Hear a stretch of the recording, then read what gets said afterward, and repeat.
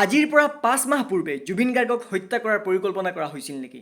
এই প্ৰশ্ন এতিয়া উত্থাপন হৈছে। কিয় এই প্ৰশ্ন উত্থাপন হৈছে? কিছু তথ্য এই মুহূৰ্তত ভয়ংকৰ কিছু তথ্য সন্মুখলৈ আহিছে। এটা এটাকৈ সেই তথ্য আপোনালোকক এই মুহূৰ্তত দিব বিচাৰিছোঁ। আৰু এই তথ্যসমূহ দেখি আপোনালোকেও ভাবিবলৈ বাধ্য হ'ব, প্ৰকৃতাৰ্থত জুবিন গাৰ্গৰ স্বাভাৱিক মৃত্যু হৈছিল নে ষড়যন্ত্ৰৰ বলি হৈছিল জুবিন গাৰ্গ। প্ৰথম তথ্য, বিগত এপ্ৰিল মাহৰ 10 তাৰিখে জুবিন গাৰ্গৰ মেনেজাৰ, এই সিদ্ধাৰ্থ বোলা নামৰ এই মেনেজাৰজনে জুবিন গাৰ্গৰ চিমটো নিজৰ নামত নিয়াৰ বাবে চেষ্টা কৰিছিল।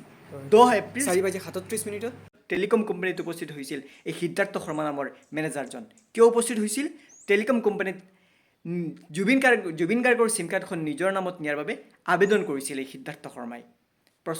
প্ৰশ্ন হ'ল যে জুবিন গাৰ্গ জীয়াই থকা অৱস্থাত এনে কি প্ৰয়োজন হ'ল যাৰ বাবে জুবিন গাৰ্গৰ চিম কাৰ্ডখন সিদ্ধাৰ্থ শৰ্মাই নিজৰ নামত নিয়াৰ বাবে আবেদন কৰিবলগীয়া হ'ল। জুবিন গাৰ্গৰ সেই চিম কাৰ্ডখন সিদ্ধাৰ্থ শৰ্মাই নিজৰ নামত নিয়াৰ বাবে চেষ্টা কৰিবলগীয়া হ'ল। এই ঘটনাই এই প্ৰশ্ন এতিয়া উত্থাপন কৰিছে যে প্ৰকৃতাৰ্থত জুবিন গাৰ্গক আজিৰ পৰা 5 মাহ পূৰ্বে, অৰ্থাৎ যোৱা এপ্ৰিল মাহৰ পৰাই জুবিন গাৰ্গক হত্যা কৰাৰ পৰিকল্পনা কৰা হৈছিল নেকি?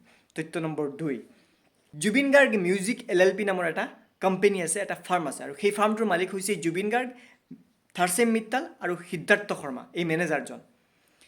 টেকনিকেলি এটা কোম্পানীত দুজন মালিক থাকিলে তাৰে যদি এজনৰ মৃত্যু হয় তেতিয়া অট'মেটিকেলি সেই কোম্পানীটো ডিজলভ হৈ যায়। কিন্তু তাত সেই জুবিন গাৰ্গৰ মিউজিক LLP নামৰ সেই ফাৰ্মটোৰ মালিক আছিল 3জন। যদি 3জনৰ ভিতৰত যদি এজনৰ মৃত্যু হয়, 2জন যদি থাকে, জীৱিত থাকে, তেতিয়াহ'লে সেই কোম্পানীটো ডিজলভ নহয়। আৰু সেই কথা পূৰ্বে গম পাইছিল থাৰ্চেম মিত্তাল আৰু সিদ্ধাৰ্থ শৰ্মাই।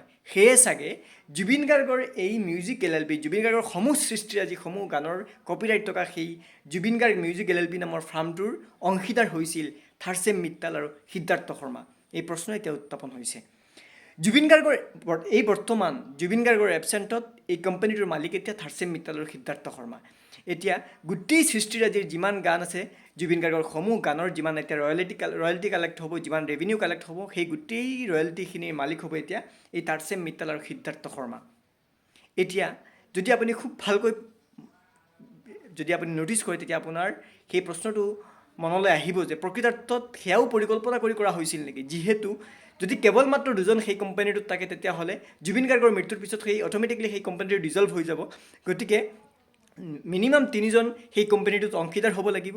তাৰ বাবে থাৰ্চেম মিত্তাল আৰু সিদ্ধাৰ্থ শৰ্মা অংশীদাৰ হৈছিল নেকি এই জুবিন গাৰ্গ মিউজিক LLP নামৰ সেই ফাৰ্মটোত? সেই প্ৰশ্ন এতিয়া উত্থাপন হৈছে। 3 নম্বৰ তথ্য, জুবিন গাৰ্গৰ মৃত্যু হৈছিল 19 ছেপ্টেম্বৰত, আৰু তাৰ ঠিক 3 দিন পূৰ্বে 16 ছেপ্টেম্বৰত এই স্পটিফাই নামৰ মিউজিক প্লেটফৰ্মটোত এই মায়াবিনী ৰাতিৰ বুকুৰ নামৰ গানটো আপলোড কৰা হৈছিল, অৰ্থাৎ ৰিলিজ কৰা হৈছিল। প্ৰথমবাৰৰ বাবে স্পটিফাই নামৰ সেই মিউজিক প্লেটফৰ্মটোত এই মায়াবিনী ৰাতিৰ বুকুত এই গানটো ৰিলিজ হৈছিল। কিন্তু ইয়াৰ পূৰ্বে স্পটিফাইত সেই গানটো নাছিল।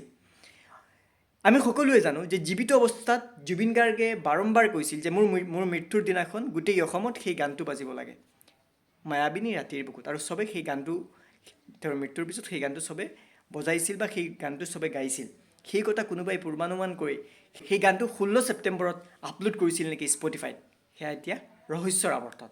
আৰু আটাইতকৈ আচৰিত কথাটো হ'ল, তাৰ ঠিক মৃত্যুৰ দুদিন পিছত হঠাৎ সেই গানটো স্পটিফাইৰ পৰা আঁতৰাই দিয়াও হৈছে। ইয়াক লৈও ৰহস্য ঘনীভূত হৈছে। আৰু এটা তথ্য আপোনালোকক দিব বিচাৰিছোঁ। জুবিন গাৰ্গৰ মৃত্যুৰ আগদিনাখন তেওঁ ৰাতি এটা পাৰ্টি কৰিছিল। সেই পাৰ্টিৰ ভিডিঅ'টো এতিয়া ইতিমধ্যে চবৰ হাতে চবৰ মোবাইলে দেখা গৈছে। সেই আগদিনাখন যোনটো শ্বাৰ্ট পিন্ধি আছিল জুবিন গাৰ্গে, তাৰ পিছদিনাখন সেই সাগৰলৈ যোৱাৰ সময়তো সেই শ্বাৰ্টটো পৰিধান কৰি আছিল জুবিন গাৰ্গে। অৰ্থাৎ জুবিন গাৰ্গৰ আগদিনা নিশা যেতিয়া জুবিন গাৰ্গে পাৰ্টিত আছিল, সেই পাৰ্টিটোত যোনটো শ্বাৰ্ট পৰিধান কৰি আছিল, সেই একেটা শ্বাৰ্ট পিন্ধি পিছদিনাখন সেই সাগৰলৈ যোৱা কথাটোৱে এই কথাটো প্ৰমাণ কৰে নেকি যে তেওঁক ৰাতি ৰেষ্ট ল'বলৈ দিয়া হোৱা নাছিল, ৰাতি তেওঁক শুবলৈ দিয়া হোৱা নাছিল, আৰু সেই বাগৰুৱা দেহটোলৈ তেওঁক সাঁতুৰিবলৈ দিয়া হৈছিল? এনেধৰণৰ প্ৰশ্ন এতিয়া উত্থাপন হৈছে। এই গোটেই ঘটনাটো মই যিমানখিনি এই তথ্যখিনি এতিয়া পোহৰলৈ আহিছে, এই তথ্যখিনি আপোনালোকক দিয়াৰ পিছত নিশ্চিতভাৱে প্ৰশ্ন উত্থাপন আপোনাৰ নিজৰ মাজত আপুনি নিজে সেই প্ৰশ্ন কৰিবলৈ বাধ্য হ'ব যে প্ৰকৃতাৰ্থত গোটেই ঘটনাটো ক'ৰবাত ৰহস্যৰ আৱৰ্তত নেকি? গোটেই ঘটনাটোত ক'ৰবাত সন্দেহ ঘনীভূত হয় নেকি? এই তথ্যসমূহে আচলতে ভাবিবলৈ বাধ্য কৰায় যে প্ৰকৃতাৰ্থত জুবিন গাৰ্গৰ মৃত্যু স্বাভাৱিক নাছিল নেকি? জুবিন গাৰ্গ ষড়যন্ত্ৰৰ বলি হৈছিল নেকি? আপুনি কি ভাবে? কমেণ্ট বক্সত জনাবলৈ নাপাহৰিব। ধন্যবাদ।